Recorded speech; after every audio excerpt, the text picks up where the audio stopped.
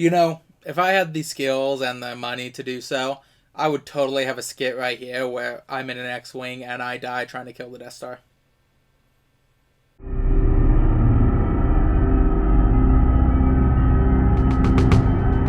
Hey there, Afrodo Reviews here, bringing you another book to decide. Is that worth reading over second breakfast? Or does it deserve the fiery pits of Mount Doom? It's like starting to worry you got lost there. X-Wing Rogue Squadron is a book written by Michael A. Stackpole and published on January 1st of 1996, meaning me and this book are about the same age. But this also means that the book was published well before the prequel series had started to come out, which I believe The Phantom Menace came out in 1999. So what we're dealing with here is a book that was written before George Lucas filled out more of the gaps in knowledge. And that's always fun to read when it comes to the EU books. But I'll go more into that the next review I got. Consequently, that also means that this book takes place in the New Republic area, i.e. the time after the second Death Star is destroyed and the Emperor and Darth Vader are both killed in action. Now, this era mostly details with Luke trying to restart the Jedi Order and Leia rebuilding the New Republic. But that's not a history lesson for me right now. That should quickly get you in area. Now, this book was written by, apparently the series in general, was co-authored by two different authors. Michael A. Stackpole wrote the first 4 books, which focus on the titular Rogue Squadron, although apparently he shared the series with a writer known as Aaron Alston. Alston? Known as Aaron Alston. Now, Aaron Alston wrote from the 5th book onwards, not necessarily that I think he wrote every book from the 5th onwards, but that from the 5th book, that's when he joined the series. And his books detail a group known as Wraith Squadron. Now, I haven't read that far yet, so I can't give you much more on that. Just note that was pretty interesting trivia. The series itself has been released since 1996, obviously, with the most recent release coming out in as late as 2012, before Disney, with its infinite wisdom, killed the canon like a bunch of younglings in a Jedi temple. There are too many of them. What are we going to do?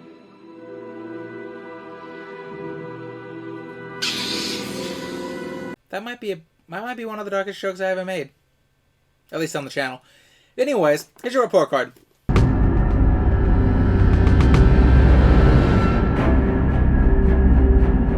Where do we go from the report card?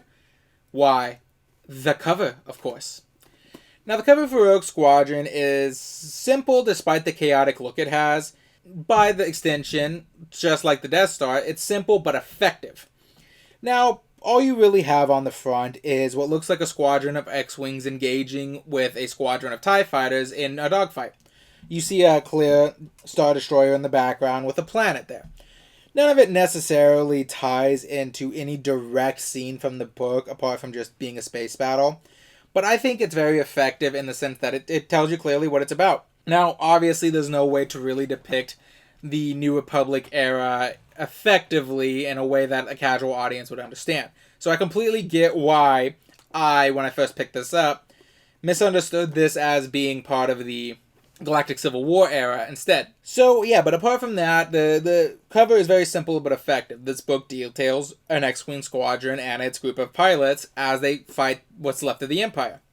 It tells you exactly what this is about. Not much else to say. We'll move on to the synopsis. Now, unlike the last book, I actually read the synopsis on my TBR. If you're interested in seeing me read directly from the back, please check it out. Or just check it out if you want to give me more views. I'm not going to dissuade you from doing that. But that being said, for the context of this review, here's a quick synopsis of what's going on.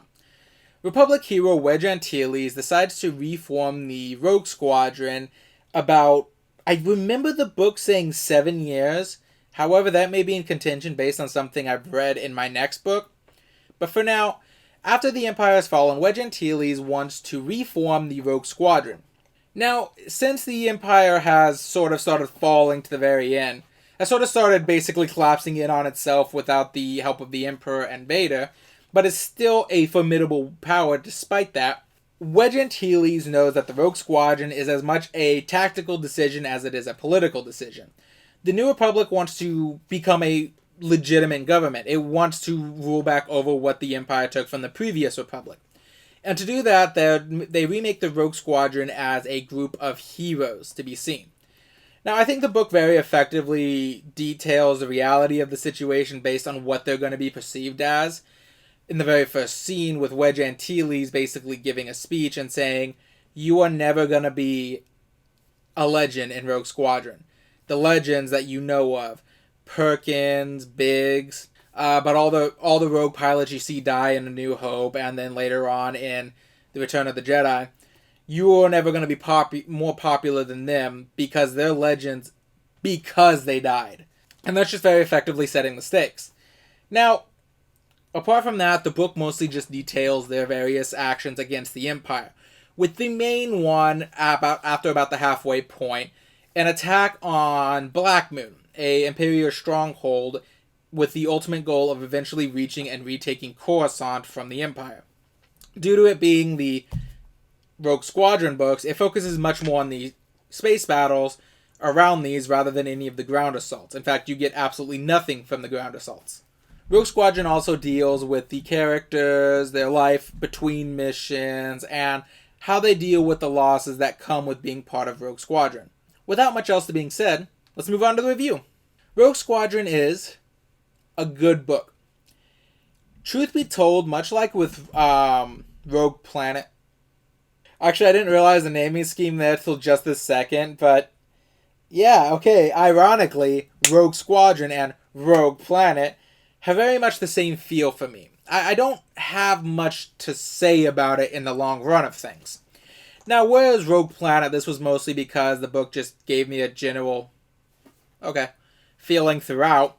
This is mostly because Rogue Squadron is good, but not necessarily such a good that I can sit here and say, "Oh my god, this was so great," for half an hour, or so bad that I can be like, well, I mean, it's not even obviously bad because it's, good.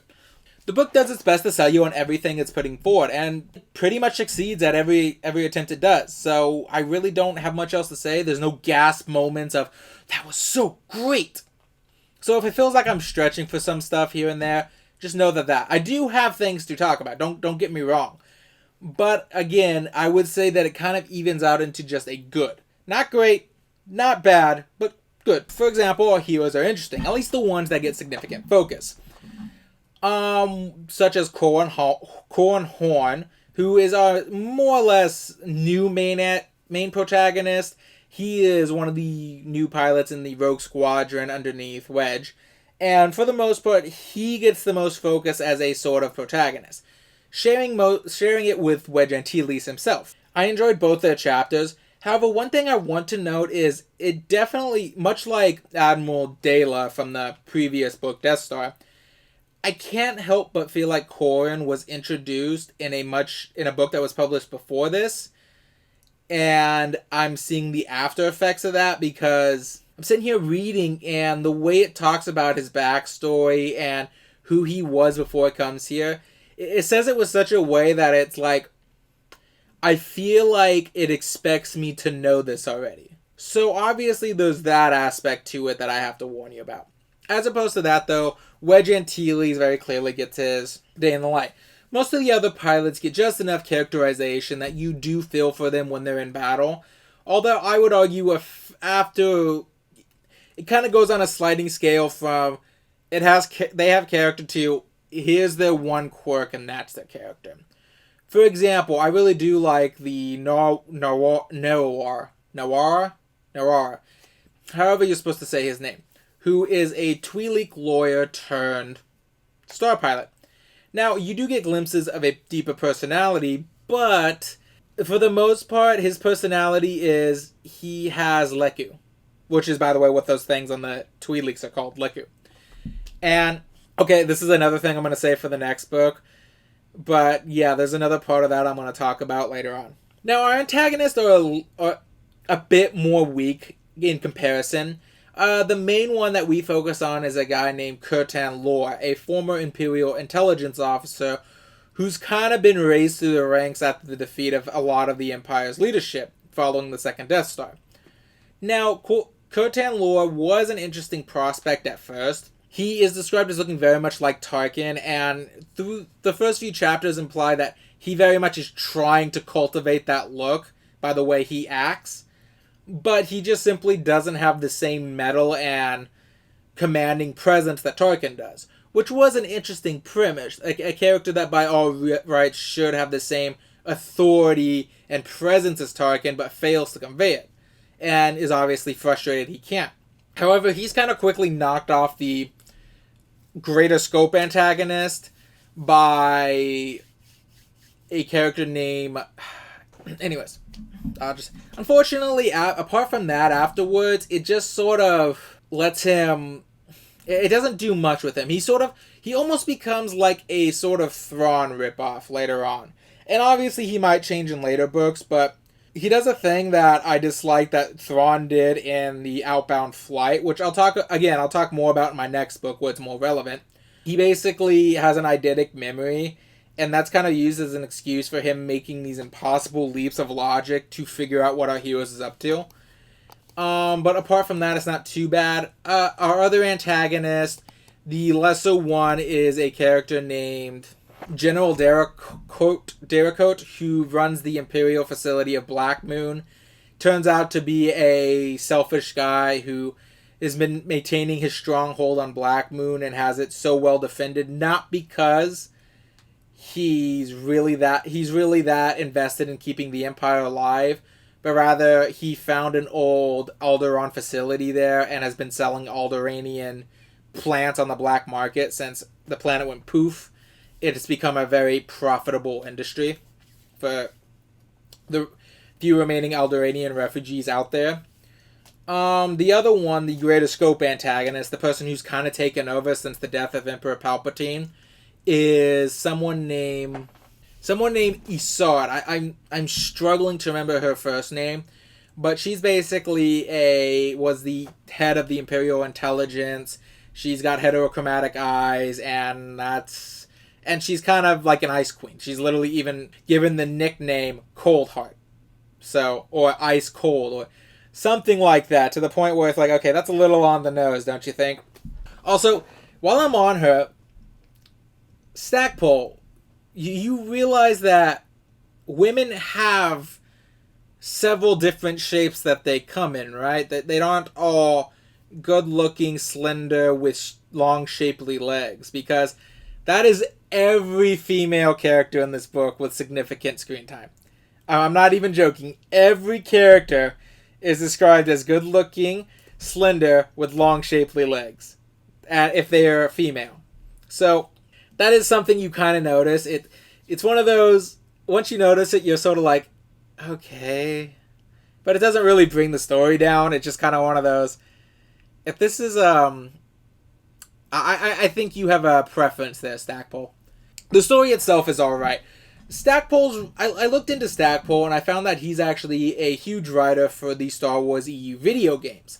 And that kind of shines through in his writing, unfortunately. It feels like he does his best to push towards the space battle scenes with, there is a good amount of character focus, don't get me wrong, I'm not saying there isn't, but it is clear that he really wants to get to these space battle scenes, and when he gets to the space battle scenes, you can feel his excitement as he writes them, and it's great to feed off of, but at the same time, that excitement's clearly got in the way of his writing, and there's a couple scenes within this book during the space battles that you're going to have to stop, go back, and reread to get a basic idea of what just happened. Because he gets so excited, and it becomes unclear. It becomes less coherent. And despite what the back of the book would have you believe, as I mentioned, the attack of the Black Moon facility isn't necessarily the main point of the book. That actually doesn't happen till halfway through, and that sort of becomes their main goal after that point. It's their first devastating defeat, and then later on becomes, the goal to conquer. But there are a couple things about the story that made me, stop. Okay, so one of these things, this is just a general issue and this is my issue with this trope in general, but one of those things where you want to show that they're a super special secret organization, so you have every member in that organization but one or two barely know anything about what they're doing. And okay, so what I mean by this is For some reason, they want the Rogue Squadron pilots to be so out of the loop of what they're doing and where they are that they often won't even tell them what system their next mission is in. They'll just give them 3 random jump coordinates. They'll give them 1 jump coordinate, and then after that, they'll give them a 2nd jump coordinate, and then after that, they give them a 3rd jump coordinate, which is typically where they're actually going. To the point, and they don't actually know what they're doing until they arrive. Like, they don't know what the planet name. Now, they try to get around this by having simulator runs, basically, that detail the mission, but with changes. Like, the Black Moon facility, one of the main focuses becomes doing a canyon run. So, instead, they change the simulator to make it look like you're doing an asteroid belt run, which has all the same loops and turns of the canyon. But I don't understand when it comes to this. I don't understand the idea that you need to keep your men so out of the loop that they don't even know where they're going. And I don't know if that's an actual military thing. It annoyed the hell out of me with Admiral Incompetent in the Disney trilogy as well. Because there's no good reason. There's no decent reason for this. And that being said, to be fair, there is a better reason they keep it hidden in this one than Admiral Incompetent does from the rest of her crew in The Last Jedi. Now, in this one, a character named General Psalm from the Rebellion, or the New Republic, believes that a pilot that Wedge really wanted on his crew, known as Captain Tycho, is an Imperial spy, based on his origins of coming from the Empire, defecting after they blew up Alderaan, and then later on getting captured by Imperial people and then escaping. He believes that Tycho was a Imperial spy. However, it's so loosely based, and it's clear that he's the only one who believes that, with even Admiral Akbar kind of saying he's being ridiculous. Let's just sort of appease him in a couple things by putting these restrictions on Tycho. Because they still need to fly with Psalm. He's the general of the Y-Wing bomber squadrons, basically. So, but so that leads into my second point. There's a lot of... Okay, so they do a spy subplot in this too. But it's very badly done, in my opinion. Now, the spy subplot is sort of hinted at through Psalm, and they kind of hint that there's a spy, but it seems more like that's the easy answer for them, and both Wedge and even Psalm comment that it seems like the easy answer, but the most likely answer is they just got unlucky, or the enemy figured out their plans by themselves. But then there's an interesting fake out, and then it says, okay, so there's spoilers for the end of the book. Go ahead and skip ahead some 1 or 2 minutes. But there's an interesting fake out on the spy subplot, because it's revealed that M-Tree, which is their protocol droid, which is kind of just like a 3PO knockoff, someone accidentally activated his scavenger mode, and he basically goes full on smuggler, trying to get them all their parts and their stuff to repair their X-Wings due to how secretive their bases is, and they have to go through a whole bunch of requisition forms and all that. And the reason and he accidentally kind of became a mole because he was going through unofficial channels and leaving behind trace presences, which could lead the Empire back. Now, it's unclear in this if that's actually what happened, or rather just they think that might be what's going on, so they quickly shut it down.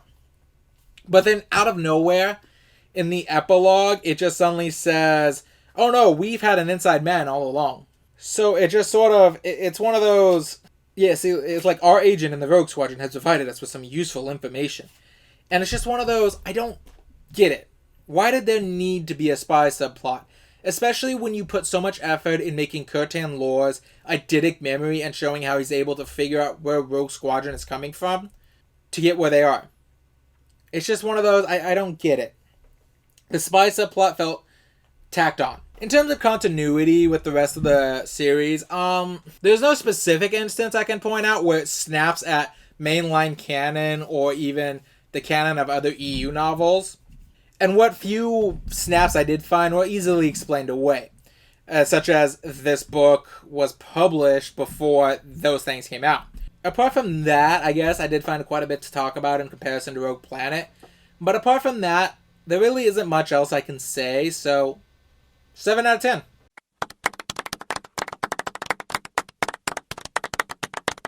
yeah, like I said, it's a good book. It's just not great.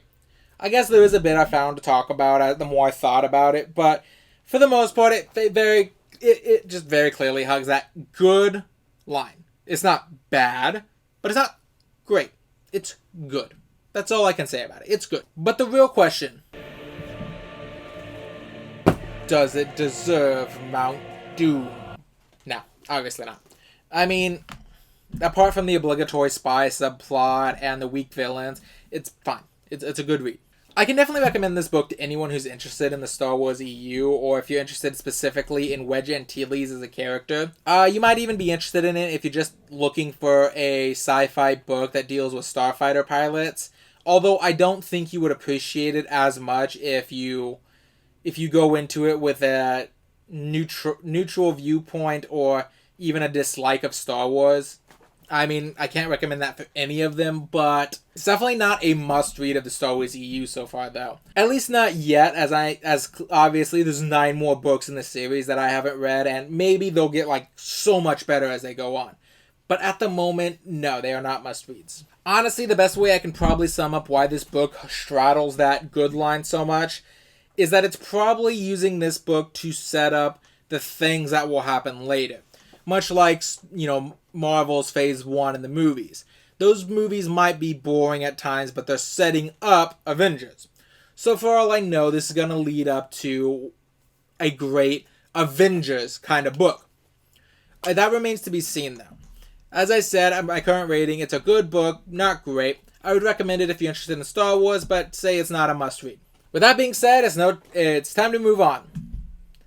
Now, I don't really know what to say here because the New Republic era doesn't have much to it, and, since Disney just kind of...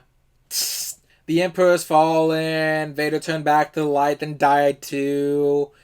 I mean, and then the Imperial army is scattered and disorganized, so...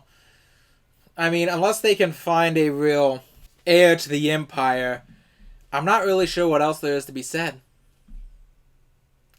But with that being said, remember, with every book comes an adventure. And every adventure's worth having, even the bad ones.